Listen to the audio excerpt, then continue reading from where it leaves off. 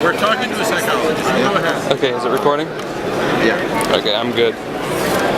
So, what do you think it is about superheroes that people from all over the world, from all different backgrounds, why do you think people connect with superheroes so well? Superheroes are a modern mythology. Mythology has always been popular. It gives them not something to believe in as much as something to aspire to and something to use as an example. It's used by... Would you like a dedication on that? Do I? Want a dedication on that? Sure. It's not as if comic books just arrived. Dan, D-A-N. It's not like comic books just arrived. They've been around for quite a while in other forms. Greek and Roman and all the ancient civilizations have these mythologies that are like our comic books. We really don't have a mythology because we like to argue and bitch and moan about religions and how important they are and having monotheistic religions. I think monotheistic religions are just not so much damn fun. But these polytheistic religions are a lot of fun. You know, I mean, it doesn't matter what's true. Obviously, you know, you can make a very good argument for none of them being true. So then you have to say, well, what's more fun? I think comic books and odds and hitting people with lightning bolts and all the rest of that is a whole lot more fun when you're telling stories. I try not to take life too seriously, and I look for the positive aspects of everything, and I don't get into the head trip that people seem to have. We need to be entertained by the civilizations in which we live. It's like a dedication, my friend. I didn't hear you. Sorry. Dedication to Walter Wright. To Walter. W-A-L-T. I don't have to do that. W-A-L-T-E-R. Yes, correct.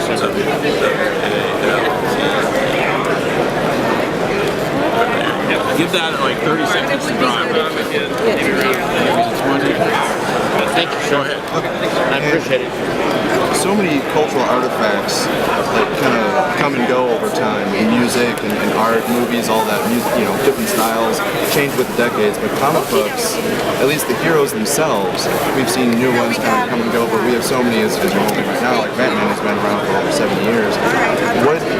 What is it about superheroes that you think helps kind of stand the test of time? Well, it's good that you ask me questions that are so riddled with mistakes because I get to respond. I get to respond. Batman is not a superhero. Right. Would you say, guys, that Batman is the antithesis of a superhero? He's not a super at all. Superman is a superhero, and he's like a fantasy character. But Batman is like you and me, who's trained himself to become a hero, a vigilante, which isn't even a hero, right? And he is very much on the opposite end of the superhero spectrum, where you have Superman here, you have Batman here, and everybody else lives in between.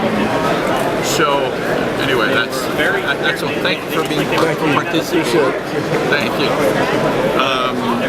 So I don't know. I don't know the answer. You can't, nor can you say that they last a long time, because in the vast panoply of civilization and life, they've only been around 7 years. 70 years. You've got civilizations that were hundreds of years old. That lasted a long time. Sure.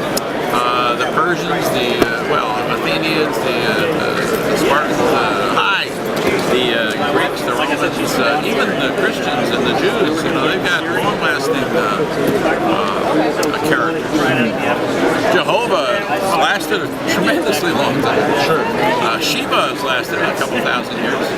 So comic books are just here, you know, for their testing pattern. I mean, you know, tomorrow they may go away. I don't think so. But the other ones will come up and replace them, because as you have a civilization, as the civilization grows, as more and more people get born, more and more people have the capacity to be bored, more and more people have the capacity to create. You have more geniuses and more idiots alive today than you've ever had in man, because the population is so damn big. So you're going to get a lot of creative effort from a lot of people who are going to produce more superheroes. Hello, young man, how are you? I can sign your comics so well, and with my name. You will have them with my name on it, and I would like to find out whether or not you want to have your name on it as a dedication to, yes, to Here, let's do the first name. Jared. I have one final question. If you were able to get one superpower between super strength and flight, which would you choose? Super strength or flight? That's my choice. I don't get another choice. I suppose you can think of another. Well, I don't have to. I mean, I'll be glad to go by the rigors of your question. J-A-R. What did you say, J-A-R? Wait, I know you. Alrighty. 5, 6, 7. Hello. Hello. Hey, Jared. Okay. I knew him too. I was just trying to pretend he was a stranger. There you go, Jared. My pleasure. Could you give me $10? There we go. Well, Mom, you got another. Did you want any signed to you or just Don't smear the ink. I'm just worried about that. I just have to go find those comic books again. and E? I got singles. I can make change. Thank you, Jared. You have a great time. Okay. You get to see Stan Lee. You get to see Stan Lee. Not yet. A little expensive, but And don't forget the worth wristband. it. Sort of. All right. I don't know where I was in the conversation. Powerful. Usually I get questions like, if you could have 1 cent taken away, would it be, the eyesight or hearing or whatever? Or what kind of butterfly would I be? A monarch or a moth? That's a silly question, right? You understand it's a silly question. I don't have an answer to that question. I can't even imagine. If I had super strength, I could pretty much fly. If I could fly, you could shoot me, and that wouldn't be good. So I'll take the super strength. Okay, cool. I agree. Thank you so much for It's a pleasure. Thank It's a you pleasure. so much. Thank you. Is this going to have a drawing on it? No. No? Who sold it to you? It's going to have a drawing.